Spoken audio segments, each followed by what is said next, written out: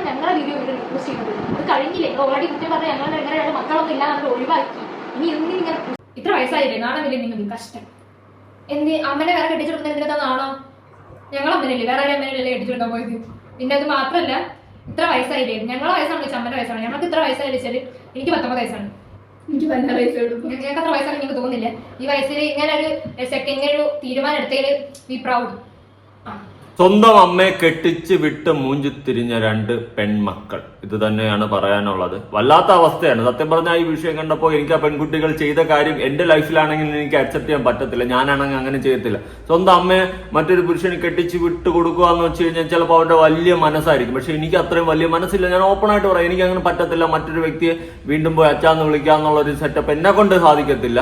അത് എന്റെ ഒരു ഇതാണെന്ന് അങ്ങ് കൂട്ടിയാൽ മതി. പ്രത്യേകിച്ച് ചെറിയ പ്രായത്തിലാണ്, അറിവില്ലാത്ത പ്രായത്തിലാണെങ്കിൽ നമ്മൾ ആ ഒരു രീതിയിലോട്ട് ഡൈജസ്റ്റ് ആയി പോകും. പക്ഷെ വളർന്ന് 10, 18, 20 വയസ്സായതിനു ശേഷം സ്വന്തം അമ്മയെ കെട്ടിച്ച് വിട്ട് മറ്റൊരു വ്യക്തി അച്ഛ എന്ന് വിളിക്കാനുള്ള ഒരു മാനസിക അവസ്ഥ എനിക്ക് കിട്ടത്തില്ല. ഞാൻ എന്റെ പേഴ്സണൽ അഭിപ്രായമാണ് പറയുന്നത്. പക്ഷെ അത് ആ കുട്ടികൾ വലിയ മനസ്സായിരിക്കും ചെയ്തത്. അമ്മയുടെ ആ ഒരു സങ്കടവും കൂടി കണ്ടുകൊണ്ട് ഭാവിയിൽ അമ്മ ഒറ്റപ്പെട്ടു പോകുമോ എന്നും കൂടി ചിന്തിച്ചുകൊണ്ട് ആ ഒരു മൈൻഡ് സെറ്റിലായിരിക്കണം ആ അമ്മയെ ആ മക്കൾ കെട്ടിച്ചു വിട്ടു. അത് വലിയ മനസ്സായിരിക്കണം. പക്ഷെ അത്രയും വലിയ മനസ്സ് എനിക്കില്ല. ഞാൻ ഓപ്പൺ ആയിട്ട് പറയാം. അനന്യ ദ വ്ലോഗർ എന്ന് പറയുന്ന ഒരു യൂട്യൂബ് ചാനലിൽ വന്നിട്ടുള്ള ഒരു വീഡിയോ ആണ്. നാണമില്ലേ ഇനിയും സഹിക്കാൻ വയ്യ എന്നൊക്കെ പറഞ്ഞിട്ടാണ്. ഈ ചാനലിൽ ഒരുപാട് ഷോർട്സ് വീഡിയോ കാര്യങ്ങളൊക്കെ ഉണ്ട്.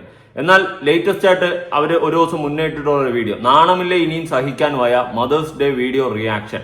ഈ 2 പിള്ളേരും കൂടി സ്വന്തം അമ്മയെ കല്യാണം കഴിപ്പിച്ച് വിട്ടു. അതിൽ ഒരു മോൾക്ക് 19 വയസ്സും ഒരു മോൾക്ക് 20 വയസ്സാ 18 വയസ്സ് എങ്ങാണ്ടുള്ള സമയത്താണ് സ്വന്തം അമ്മയെ കല്യാണം കഴിപ്പിച്ച് വിടുന്നത്. വലിയ മനസ്സായിരിക്കും, വലിയ മനസ്സിന് ഉടമയും ആകാം. എന്നാൽ ഇന്ന് ആ അമ്മ അതുപോലെ ആ 2ാം അച്ഛൻ ഈ പിള്ളേരെ തിരിഞ്ഞു നോക്കുന്നില്ല, മൈൻഡ് ചെയ്യുന്നില്ല. ഇവരുമായിട്ട് ഒരു ബന്ധമില്ല എന്നുള്ള രീതിയിലാണ് നമുക്ക് മനസ്സിലാക്കാൻ സാധിക്കുന്നത്.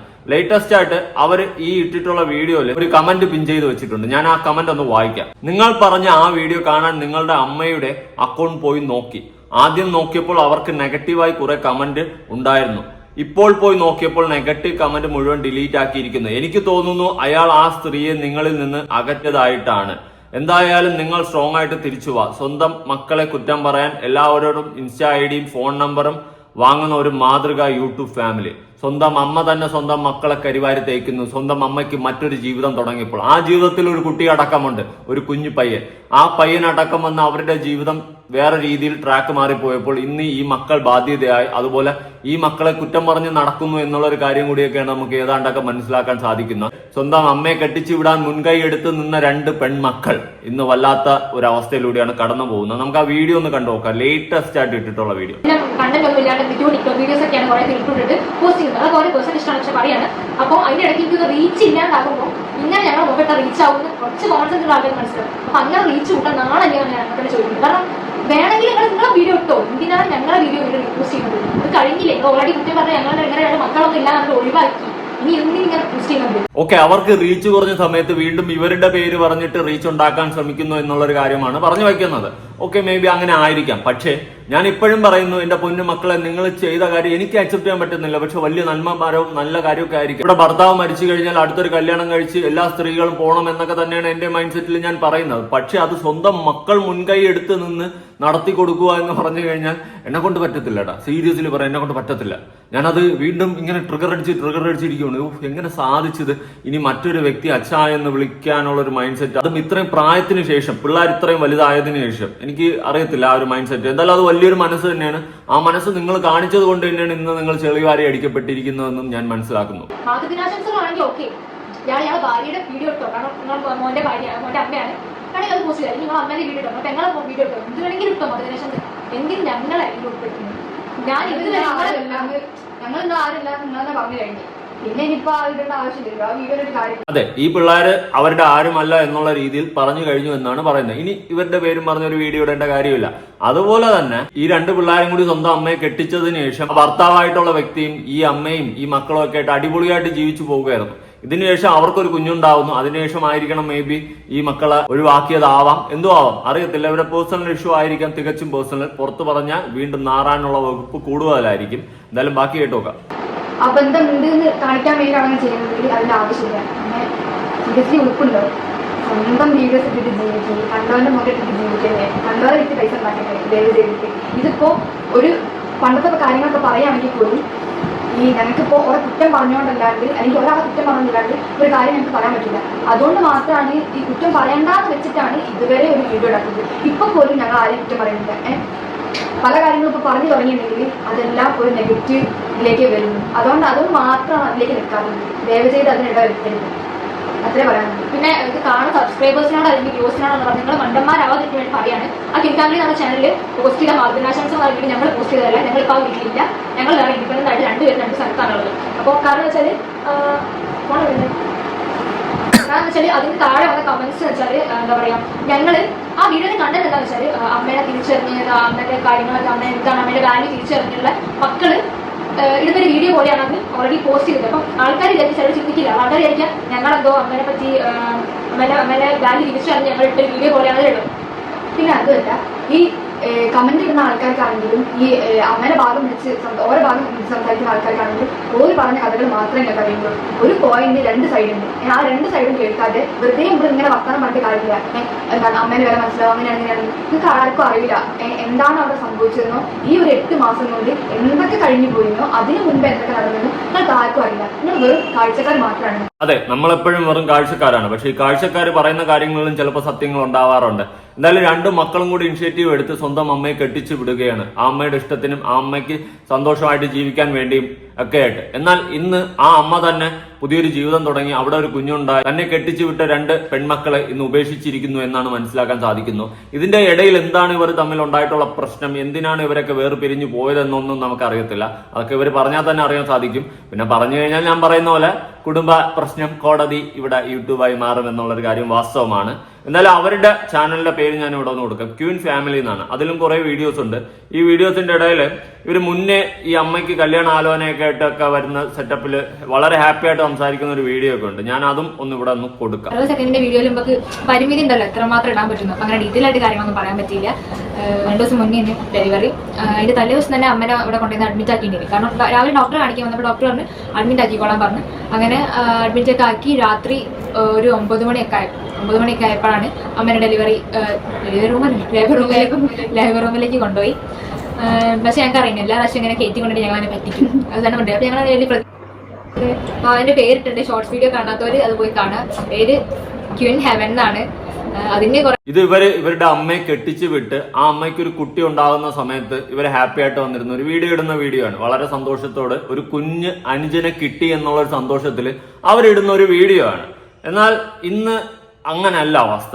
ഇന്ന് ഈ അമ്മയും മക്കളും എല്ലാവരും അടിച്ചു പിരിഞ്ഞു പോയി ഗൈസ്. അത് എന്താണ് അതിന്റെ മെയിൻ റീസൺ ഒന്നും നമുക്ക് അറിയത്തില്ല. എന്തായാലും അടിച്ചു പിരിഞ്ഞു പോയിട്ടുണ്ട്. അമ്മയും മക്കളും 4 വഴിക്കായിട്ടുണ്ട്. ഇതിൽ ഏറ്റവും ഹൈലൈറ്റഡ് ഞാൻ ഇപ്പോഴും എന്റെ മനസ്സിൽ ട്രിഗർ അടിക്കുന്ന സാധനം, സ്വന്തം അമ്മയുടെ ഇഷ്ടത്തിന് ജീവിക്കാൻ വേണ്ടിയിട്ട് അമ്മയ്ക്ക് സന്തോഷം അല്ലെങ്കിൽ ഭാവിയിൽ അമ്മ ഒറ്റപ്പെടാതിരിക്കാൻ വേണ്ടിയിട്ട് അമ്മയെ കെട്ടിച്ചു വിട്ട 2 അത്യാവശ്യം പ്രായപൂർത്തിയായ മക്കൾ.